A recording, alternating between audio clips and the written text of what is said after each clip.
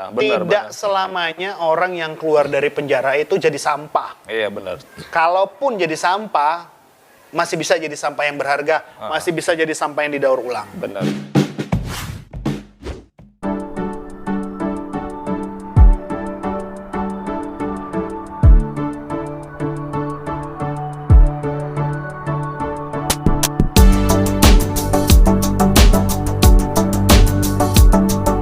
Halo Smart People, baik lagi dengan channel aku. Jadi hari ini kita mau ngedatengin yang namanya udah besar lah ya sebenarnya. Udah besar. Namanya udah besar juga, ya penggemarnya ibu-ibu.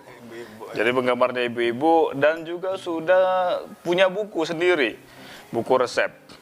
Kalau nggak salah dia itu katanya dulu mantan narapidana juga. Nah ini yang harus kita kupas tuntas, kenapa bisa jadi sukses sekarang ini. Kita sambut aja langsung oleh namanya, kita sambut langsung aja dengan nama Bang Minggus. Chef Minggus lah ya. Jangan chef lah, jangan chef lah, Bang aja. Bang juga ya. Hai teman-teman.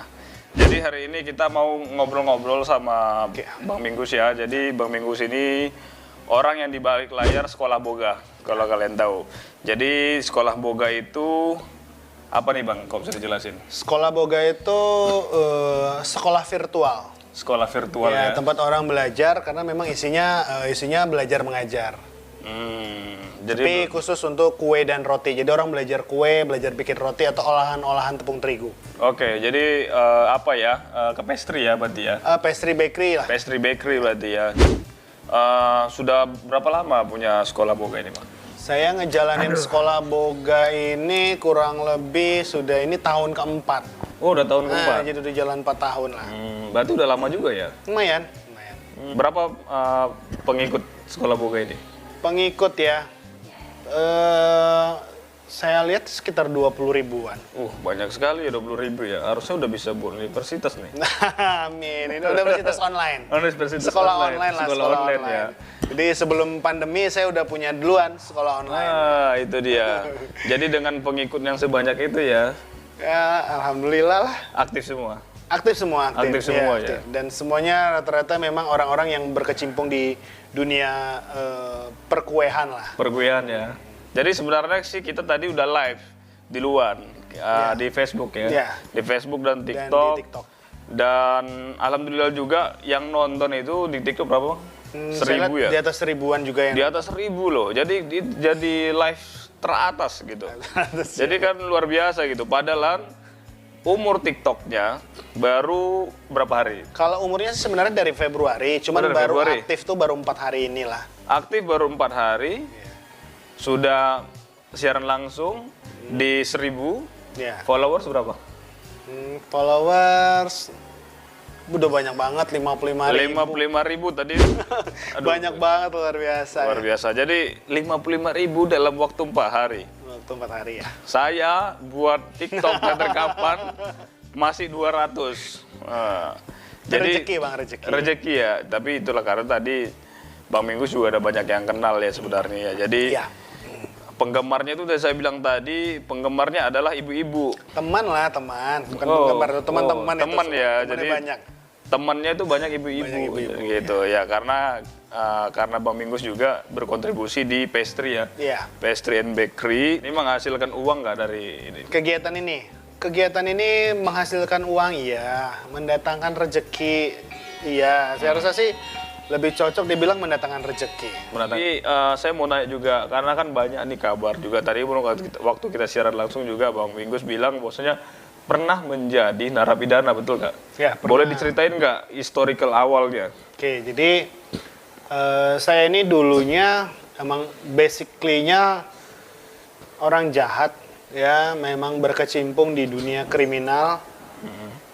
Dan benar-benar fokus di dunia kriminal. Memang kerjanya itu kriminal. Saya melakukan pencurian dengan kekerasan ya, bahasa kerennya mungkin kalau orang bilang sekarang tuh dibilang rampok lah, begal lah, segala macam ya. Jadi karena saya basicnya dasarnya memang orang anak nakal ya, terus saya jadi orang jahat, saya jadi kriminal. Dan saya sempat dipenjara 2 kali di 2 kota yang berbeda. 2 kota ya? Iya, jadi saya merantau pun saya di penjara juga gitu. Penjara. Iya, kadang saya merantau. Ya itu juga yang saya kerjain. Oke. Akhirnya saya di penjara. Ya kurang lebih begitulah, Bang. Berapa lama di penjara tuh, Bang? Yang pertama tuh saya di penjara selama 2 tahun. Dan yang kedua itu selama 8 bulan dan rentang waktu yang pertama dan yang kedua itu jaraknya sekitar 1 tahun aja. Jadi saya 1 tahun bebas. Oke. Saya coba tinggalin satu kota untuk coba peruntungan di kota yang lain. Rupanya tetap seperti itu. Di sana saya beruntung juga, rupanya tetap masuk penjara. Basically jadi apa ya? Jadi narapidana ya udah ya. Iya, jadi kriminal. Dia kalau dibilang mantan narapidana, saya sebenarnya bukan mantan narapidana lagi, udah mantan residivis lah. Karena udah berulang kali kan. Oke. Tapi itu dulu, Bang. Dulu ya.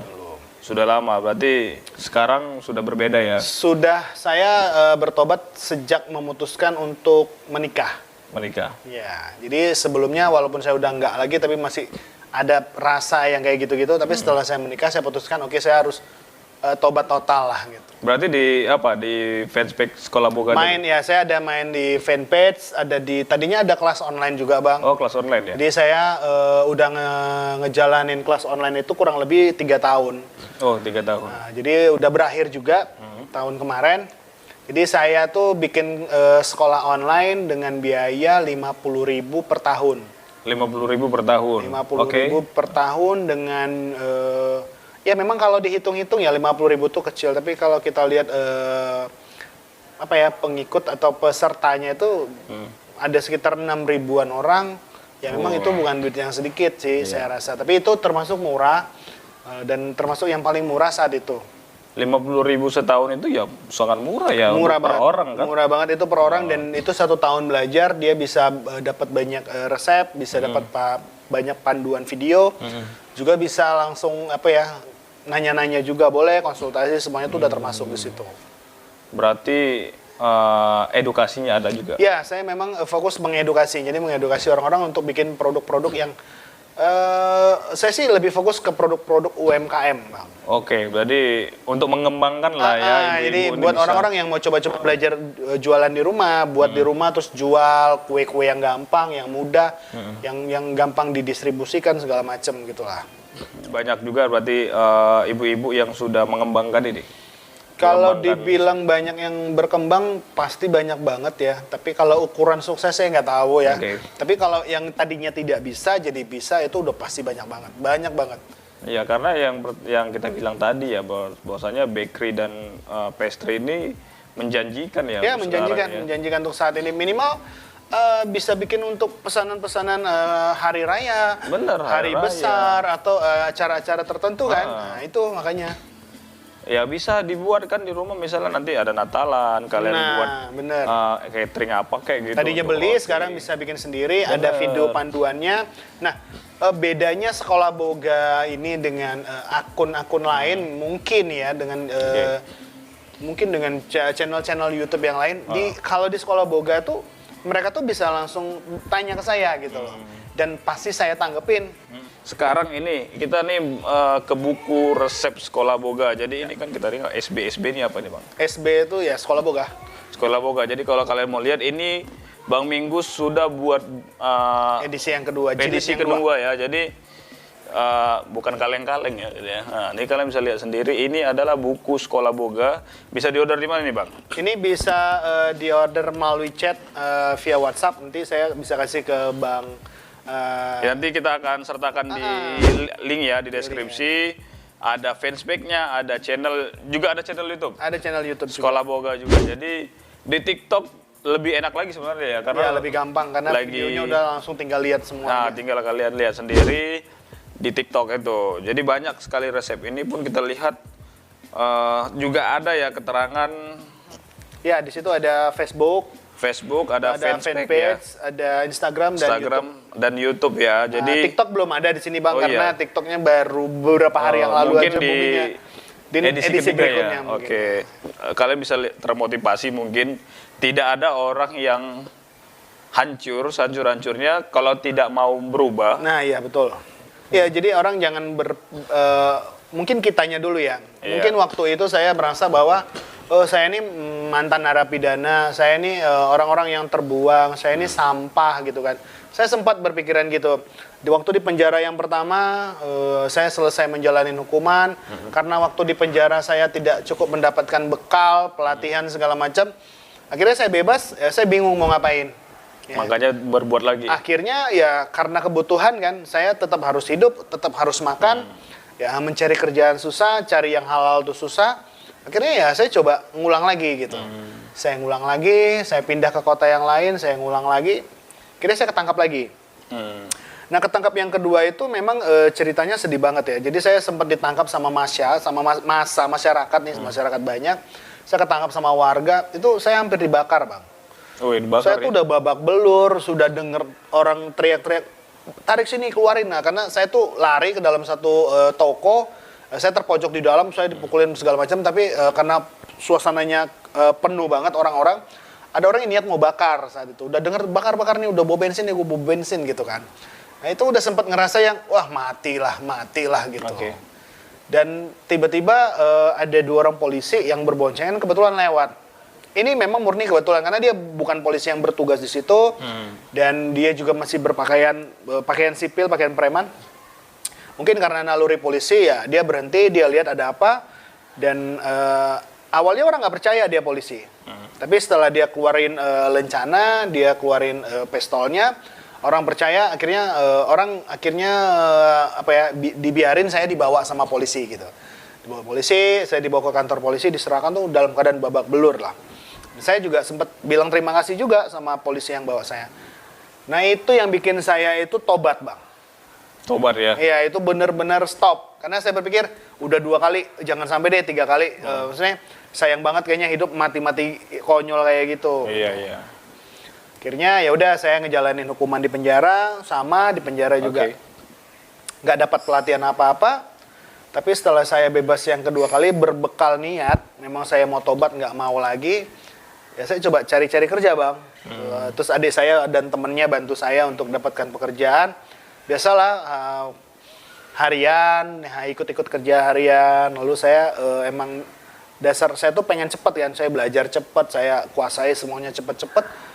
Dan saya emang nggak pernah jadi apa-apa selama saya bekerja ya sebelumnya ya, nggak pernah jadi apa-apa. Dan saya belajar cepat, saya kuasai semua ilmu yang ada. Saya coba loncat. Saya loncat, saya coba kerja di industri, saya kerja di perusahaan-perusahaan asing. Ya saya sempat kerja di perusahaan Singapura. Ya, jadi bayangin teman-teman yang, apalagi khususnya nih teman-teman yang pernah dihukum, atau orang-orang yang pernah dipenjara, atau teman-teman mungkin yang suaminya pernah dipenjara, anak atau saudara, itu jangan cepat-cepat memandang sebelah mata gitu. Kasih mereka kesempatan, kasih mereka support, untuk mereka tuh, sebenarnya kita tuh pengen berubah bang, cuman kesempatannya nggak ada gitu. Jadi akhirnya ya setelah saya bebas, saya bekerja, saya dapat pekerjaan di perusahaan asing. Saya dapat kesempatan untuk beasiswa sekolah di luar negeri. Jadi saya bangga sekali karena saya bisa sekolah di luar negeri, mantan seorang residipis, mantan seorang penjahat ya. Bisa dapat ini ya, saya bisa dapat beasiswa, saya bisa diterima kerja di perusahaan-perusahaan besar. Bahkan setelah saya bekerja di satu perusahaan itu, saya masih kerja lagi di perusahaan baru tuh, perusahaan global, perusahaan asing, itu dengan segala macam gaji dan fasilitasnya yang luar biasa mewah. Saya sempat kerja. Sampai akhirnya saya memilih untuk minta di PHK lah ya, minta untuk saya coba di PHK lah, saya mau coba usaha gitu. Perusahaan waktu itu mengabulkan. Akhirnya saya usaha bang, sambil saya cari duit, saya keinget sama teman-teman di penjara lah, keinget sama mereka-mereka yang ada di penjara di lembaga pemasyarakatan. Saya pengen gitu ya, saya ada pelayanan buat mereka. Karena orang di luar tuh cari tempat belajar tuh banyak bang, kursus banyak, bisa lewat media online segala macam. Nah orang di penjara dia mau lihat online gimana? Dia nggak punya fasilitas untuk itu. Terus mau ikut kelas-kelas yang lain gitu, yang ada juga nggak bisa kan? Mereka cuman, saya nggak tahu apa pelatihan yang diberikan di dalam, saya juga nggak tahu pasti. Tapi di zamannya saya tuh memang kalaupun ada terbatas, orangnya tuh terbatas banget, tertentu terbatas lah. Saya bernazar, ya Tuhan, nanti kalau saya memang rezekinya udah bagus ya, karena saya perlu mikirin ekonomi saya dulu. Iya benar. Nah, nanti kalau udah settle ekonomi, saya pengen nih ngelayanin orang-orang di penjara gitu. Akhirnya saya coba cari-cari tahu gimana caranya untuk bisa kita melayani orang di penjara ya. Jadi saya waktu itu udah siapin semuanya bang. Saya udah beli alat-alatnya, ovennya segala macam. Tinggal saya datang ke penjara, minta izin, dikasih izin, saya settle masuk.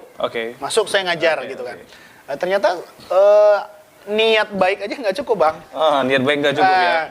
Niat baik aja nggak cukup. Ada persyaratan-persyaratan yang harus saya penuhi. Saya maklum kan, namanya ini kan urusan korporasi lah ya, urusan pemerintah. Dia minta saya lengkapi persyaratan dan saya nggak bisa lengkapi. Kenapa? Saya tidak punya waktu untuk ngurusnya. Saya harus bagi waktu cari makan untuk bantu ngelayanin orang segala macam. Saya tuh cuman mikir gini, aduh, kayaknya cuman pengen berbuat baik aja kok susah banget ya. Sempet hopeless juga. Akhirnya saya sempet down itu, sempet saya urungkan niat saya karena saya nggak bisa masuk. Setahun kemudian saya diingatkan lagi sama Facebook.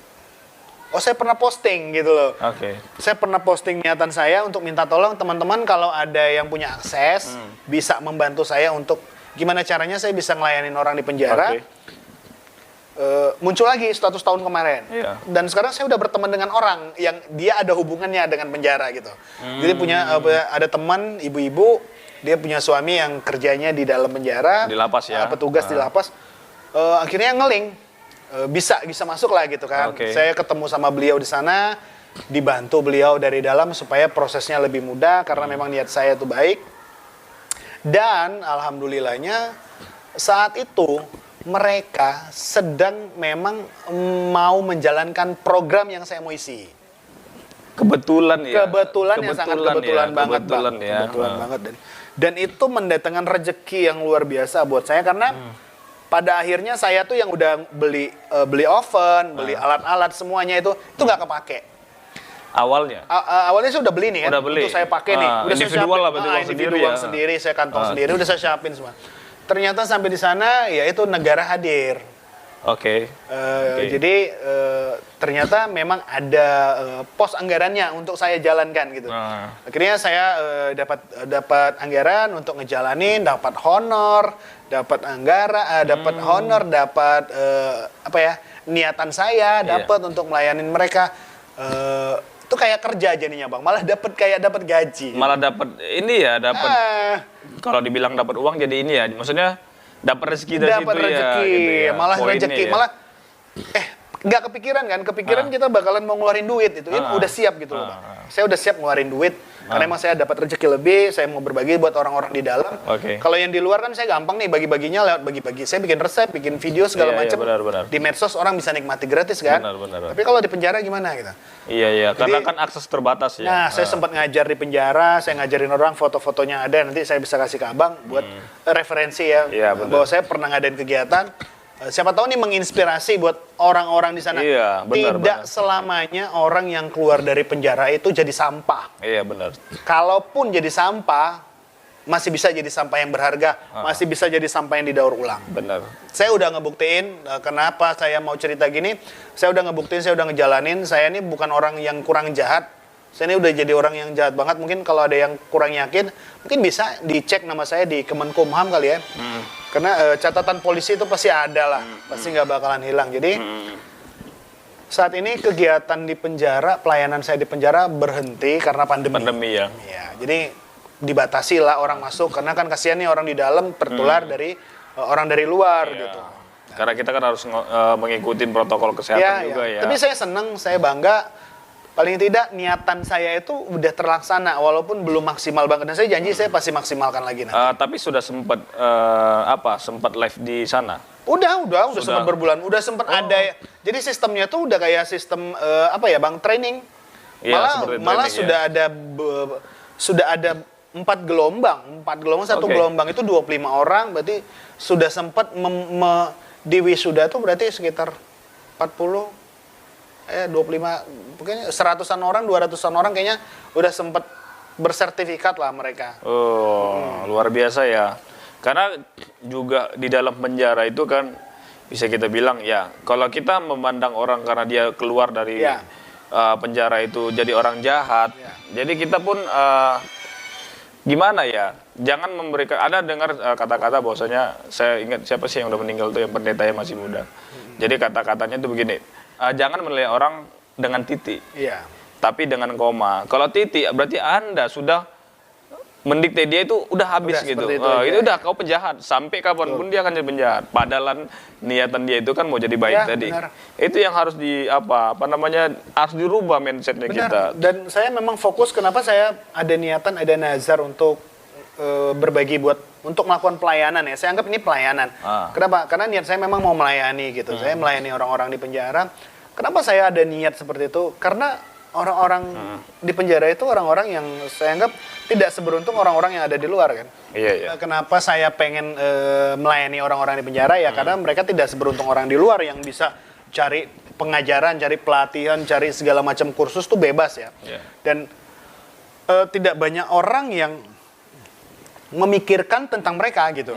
Tidak banyak. Kebanyakan sih memang banyak juga yang melakukan pelayanan, tapi itu kebanyakan tuh siraman rohani lah, lebih arahnya ke rohani, merubah akhlak orang lah. Itu banyak memang, tapi itu aja kan nggak cukup, Bang. Iya, mereka kan keluar sudah pasti kan awalnya kinerjanya bagus, mungkin jadi nggak bagus. Nah, kan? terus gini, kita bisa mengubah paradigma orang lain yang nantinya melihat orang-orang yang bebas dari penjara ini. Misalnya gini, dia pulang dari penjara kembali ke lingkungannya. Mungkin orang pertama kan memandang sebelah mata, oh dia mantan ini, mantan itu, penjahat segala macam. Iya. Orang mungkin akan sedikit insecure lah sama dia kan. Okay. Terus ketika dia menunjukkan bahwa perilakunya tuh sudah berubah. Jadi perilakunya udah berubah, dia misalnya kelihatan lagi bikin kue, mau jual kue, itu mungkin penerimaan orang-orang itu bisa berbeda.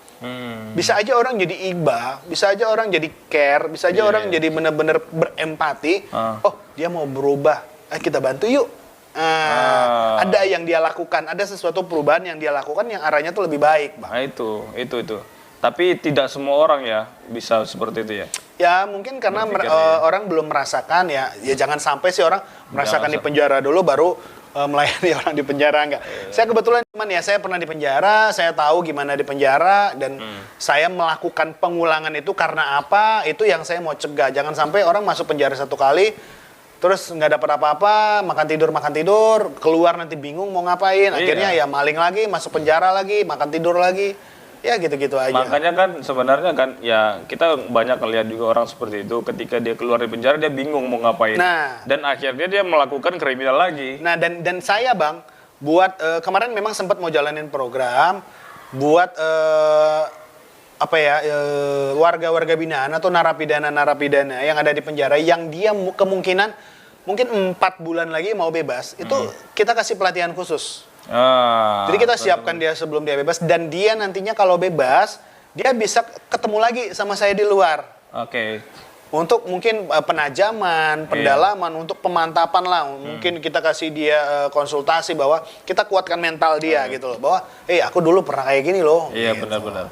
Makanya sebenarnya kan kasus kriminal di Indonesia ini kan tinggi sekali ya sebenarnya.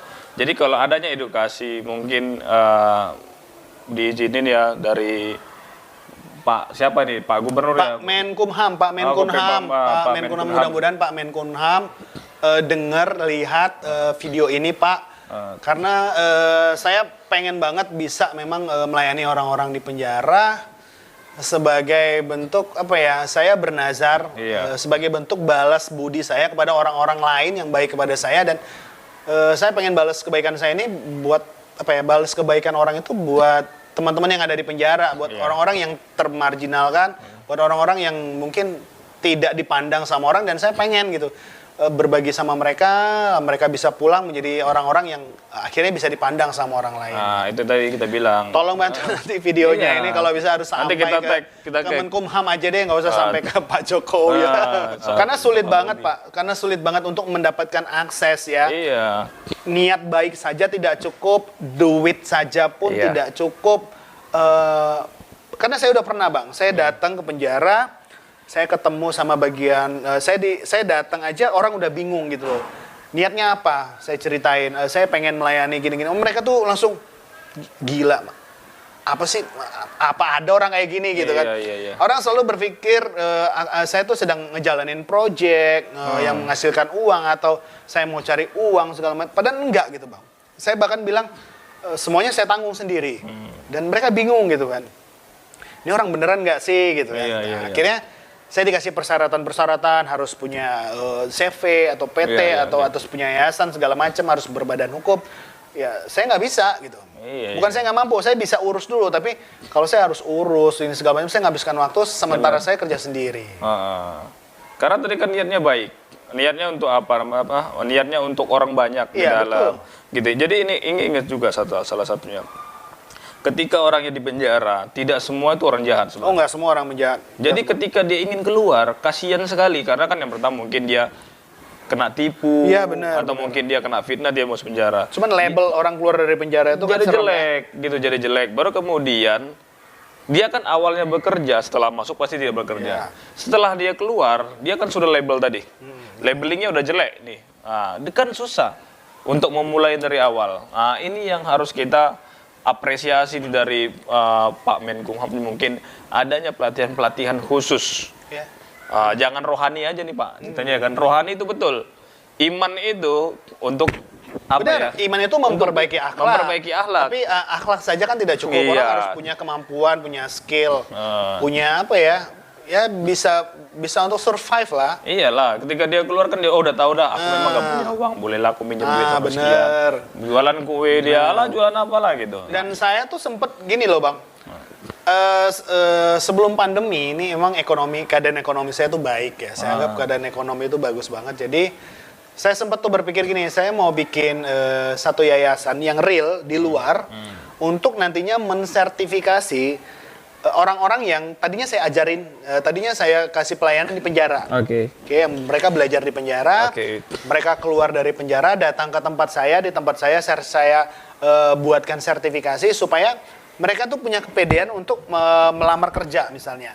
Mereka tuh punya suatu pengakuan bahwa profesi mereka ini atau kebiasaan mereka ini memang sudah disertifikasi gitu, sudah lulus uji kompetensi, dan orang-orang yang menerima itu juga yakin, oh ya oke, dia udah pernah ikut di sekolah boga, udah diajarin gitu kan. Orang yakin untuk menjadikan dia pekerja atau untuk dia melamar kerja gitu. Sampai sejauh itu saya berpikir. Sebenarnya kan memang udah ada ya, karena saya lihat pun di Jogja sana ada juga sertifikasi non akademik ya. Iya, non akademik. Jadi ya itu kan butuh, dia nggak punya sekolah tinggi, mungkin dari itu juga bisa kan? Bisa Bang, gitu. itu bisa banget. Makanya ya apa ya, sedikit sedih juga karena pandemi ini memang ngerusak semuanya. Semua rencana saya, semua yang sudah saya kumpulin memang benar-benar dibantai habis sama corona ini. Ya, jadi saya pengennya gitu, saya punya yayasan atau lembaga kursus yang memang berkompetensi untuk memberikan sertifikasi. Jadi mereka keluar dari penjara, nanti saya ke tempat saya untuk pemantapan, untuk sertifikasi. Setelah ada itu saya bisa, ini niatan saya tadinya ya. Saya pengen bergabung dengan mungkin paguyuban pabrik roti yang ada di suatu kota misalnya ya. Biasanya kalau pabrik-pabrik roti itu mereka mungkin punya persatuan atau punya paguyuban. Atau saya datengin mereka satu-satu untuk bilang, hey kalian nanti kalau butuh tenaga kerja lewat saya aja ya. Saya punya orang-orang yang memang sudah terlatih untuk itu gitu. Dan saya akan mengedepankan mereka bahwa mereka ini mantan ex narapidana loh. Tapi kalian jangan takut. Mereka ini orang-orang yang kita sudah latih, orang-orang yang kita jamin mereka memang orang-orang yang mau berubah, mau bertobat, dan kalian harus bantu mereka untuk support gitu. Itulah niatnya. Niatnya sudah bagus ya, bukan sudah bagus, memang bagus ya. Itu gitu. memang niat saya itu gitu. Memang saya mau jalanin rencananya. Tapi karena pandemi. Mudah-mudahan terlaksana ya. Amin. Jadi kenapa beliau bisa bilang begitu? Karena memang sudah dijalani. Karena sudah dijalani ya. Sampai sudah mempunyai akun TikTok berapa puluh ribu ya? Dalam 4 hari sudah banyak akunnya. Baru tadi kita live streaming kita udah mencapai 1000 sekian. Teratas, ya kan? Kalah pokoknya yang lain. Rezeki itu Bang, rezeki. Rezeki itu ya. Itu bukan rezeki datang sendiri, tapi memang tadi usaha tadi. Ya, tetap saya ada punya akun TikTok juga, namanya Sekolah Boga. Jadi teman-teman yang pengen belajar, lihat-lihat video-video pendek. Nanti di sini semua ya. Nanti bisa lihat ikutin TikTok Sekolah Boga. Dan saya merasa senang sekali sih karena saya lihat followernya makin hari makin banyak banget. Sekarang sudah ada di angka 50 ribuan lebih mungkin ya, karena ini running terus, dia naik terus. Jadi saya makasih banget lah buat teman-teman yang udah follow saya. Gitu. Jadi juga jangan lupa juga nih beli bukunya. Oh Sekolah ya, Boga. bukunya ada Bang. Jadi saya jual buku. Ini buku edisi kedua. Resep Sekolah Boga edisi kedua, ini ada edisinya. Saya waktu itu juga ada cetak edisi pertama. Edisi pertama udah habis. Saya rencana cetak ulang sedikit di bulan 10. Untuk harga bukunya ini boleh promo Bang ya? Boleh. Harga bukunya ini 100.000. Oke, ini ya. Ini full color, bahannya juga bagus. Full color segala macam ya. Nah, ini ada resep-resepnya di dalam seperti ini. Nah, ini bisa nanti pesan melalui chat. Nanti saya sertakan linknya untuk sama Bang Azwarnya. Bukunya ini juga bersponsor ya. Oh ya, bukunya bersponsor. Jadi ada sponsor. Sponsornya tepung tapioka cap orang desa ya. Cap orang desa. Saya kasih lihat dikit, ini sponsor. Ini pesan sponsor saya. Nah, ini. Oke. Tepung tapioka cap orang desa. Tepungnya bagus, bisa dibuat untuk aneka makanan. Oke? Bisa dibeli di Di toko bahan kue Di toko ada, bahan kue. di toko sembako juga biasanya ada. Nah, jadi jangan lupa juga kalian Jangan lupa beli juga tepung tapioka cap orang desa. Nah, juga di sini di belakang pun udah ada nih ya Prakata ya. Ada. Oke, ya biasalah kalau buku ya. Buku semua ada gini ya Ya, Prakata. cuman bedanya saya Prakatanya di belakang, Bang. Oke. Jadi bukan di depan. Jadi Prakatanya ada di belakang. Jadi di sini juga di terakhir juga ada ya YouTube-nya ya. Ya, ada YouTube. Jadi itu ada beberapa tampilan YouTube biar orang tahu bahwa di YouTube itu ada panduannya juga. Tapi ini sampai akhir, dari awal sampai akhir. Dari awal sampai pembuatannya. akhir ya. Oke. Jadi YouTube tuh videonya lengkap, fanpage juga videonya lengkap. Baru untuk buku udah terjual berapa ini, Bang? Buku saya ada cetak sekitar 2.000 piece ya, 2.000 buku. Saya baru ada jual sekitar, baru ini berapa bulan ya saya mulai jual buku. Sekitar 2 bulan ini, sekitar 1.000 buku lah. 1.000 ya. Berarti kuota ada 1.000 lagi. Masih ada 1.000 lagi. Teman-teman boleh bantu beli. Mungkin nanti bisa nanti kita kasih deskripsi langsung Ya. langsung aja nanti ke via Facebook atau Boleh, WhatsApp langsung WhatsApp boleh. juga boleh, juga nanti boleh langsung konsultasi. Mana tahu nih saya mau buat Dan saya mau jualan nih. terima jasa konsultasi buat teman-teman yang mau memulai usaha dengan budget yang sangat-sangat terbatas. Oke. Bisa kontak saya. Jadi nggak masalah itu, bisa lah nanti tanya-tanya gitu. Ya, Bang Bingus kan juga punya donat ya, Ada, saya punya merek franchise juga. franchise. Iya, namanya- Sampai sekarang udah berapa? Masih sekarang memang turun Bang. Ya, Gara-gara lagi karena pandemi ya. Sebelum pandemi Iya. kita tuh, aduh luar biasa banget. Merek Chris Don kita ada di banyak kota, kita banyak cabang. Tapi ya lagi pandemi. Apa nama brandnya? Namanya Chris Don atau si Crispy Donut. Oh, Chris Don Crispy Donut. Iya, ada. Itu brand kita. Saya punya brand ada di Pekanbaru. Tadinya ada di beberapa kota. Sekarang masih jalan. Nah, di Pekanbaru juga masih jalan sampai hari ini. Kenapa nggak di kota sendiri? Kan Medan kan? Di Medan, Medan ini unik. Segala sesuatunya sudah ada. Sesuatu yang sudah ada. Semua tidak ada sesuatu yang baru di Medan ini. Jadi mungkin ya anak Medan ya selalu jadi banteng di perantauan mungkin Bang. Kalau di kampung sendiri jadi kambing. Mungkin itu risiko anak Medan lah, anak Medan Risiko. ya. Kalau di perantauan orang Medan Oh kayaknya, iya, aduh, kalau di perantauan kita jadi banteng. jadi banteng pokoknya. Jangan tanya lah mau jadi apa kalau Biar- orang Medan biar. di luar ya. Biar gepeng asal banteng. Itu dia yang pasti. Tapi sekarang kegiatan Bang Bingus apa nih setelah pandemi? Kegiatan karena pandemi, biasanya kalau nggak pandemi saya ada kelas yang offline, ada yang online, ada juga saya latihan bareng, kumpul-kumpul sama komunitas di berbagai kota. Tapi belakangan karena pandemi ini saya lebih banyak fokus di online, saya kembangkan beberapa akun, ya salah satunya akun TikTok itu. Akun TikTok. Akun TikTok, saya ngejalanin beberapa grup, ada satu grup Facebook namanya BRKG Bang. Oke. BRKG, ini jadi ya berarti namanya ya. ada ya. Saya tunjukin atau teman-teman pengen ikut. BRKG ini ada BRKG.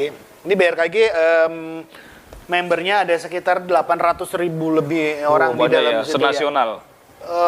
Nasional dan internasional. Oh, Karena iya. saya lihat followernya tuh ada ya banyak juga yang dari iya. luar negara Indonesia. banyak juga ya. Tapi mungkin orang-orang kita yang expert di sana lah.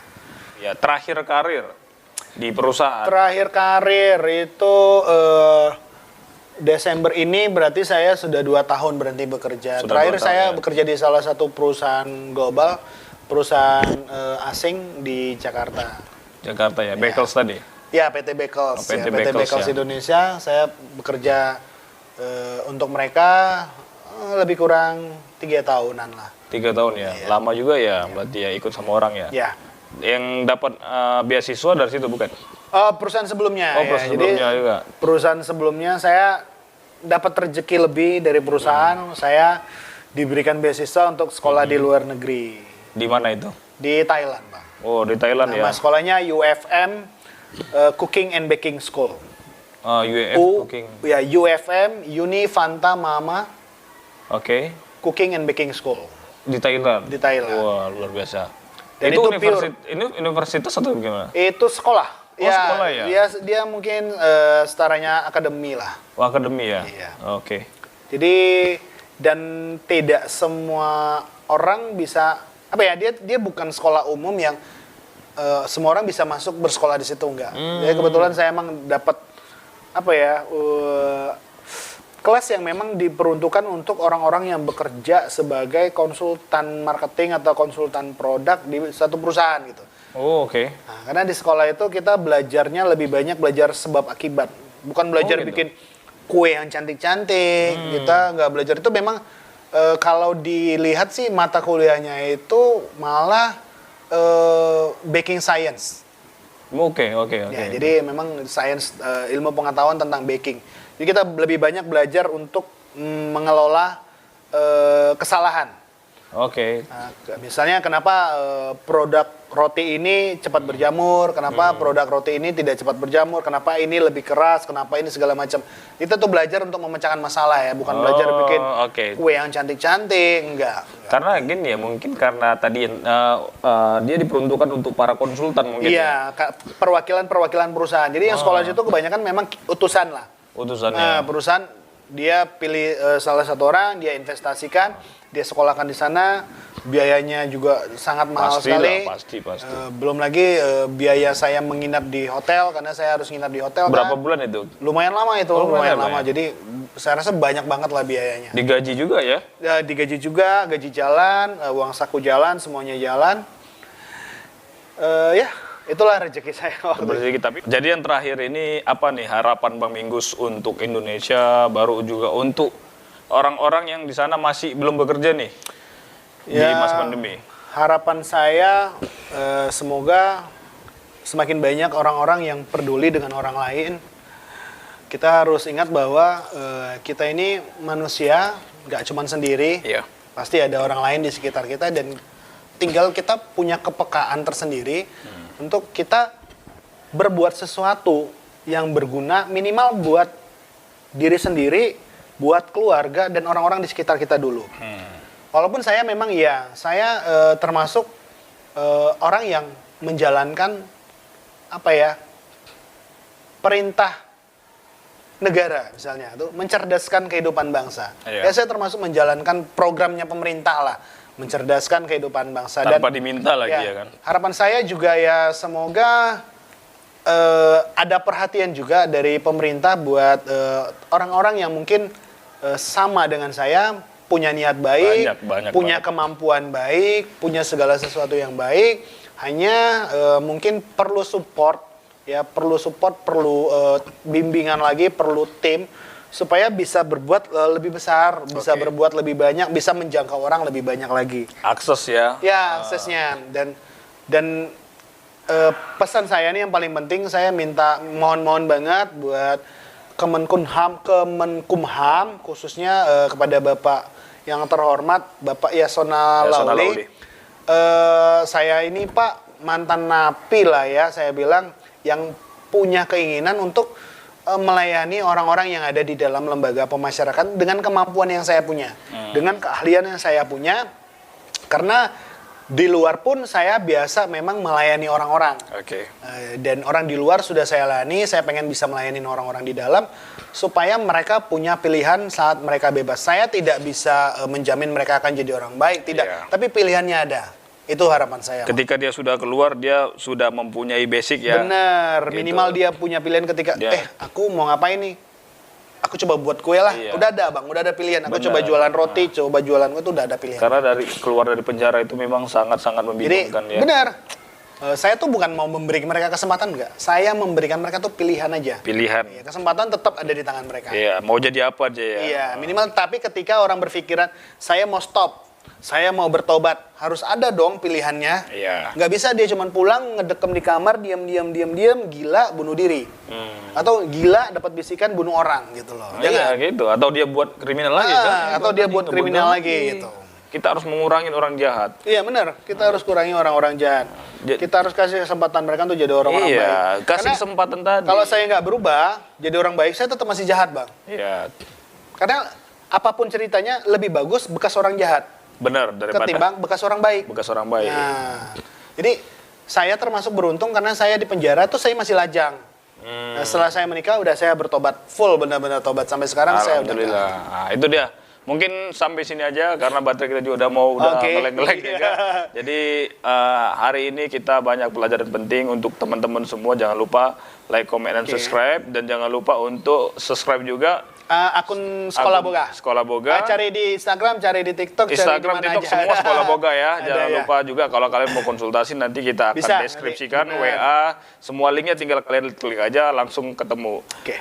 Mungkin bisa konsultasi, mungkin mau usaha. Mungkin dari aku itu aja. Mungkin ada bersampaian lagi. Dari saya itu aja, tetap semangat buat orang-orang yang sedang berjuang, buat orang-orang yang khususnya ex napi, ex narapidana, tetap semangat, tetap berjuang. Kalau ada teman-teman yang memang pengen gitu konsultasi, pengen nanya-nanya, pengen sharing, bisa telepon saya, nanti saya sertakan nomor WhatsApp saya. Itu aja dari saya, banyak-banyak terima kasih. Oke, makasih teman-teman. Jangan lupa divaksin, jangan lupa ikuti protokol kesehatan. benar. Ya, biar kita akhiri pandemi ini udah memuakkan sekali saya ya. Oke, terima kasih. Terima kasih, dadah.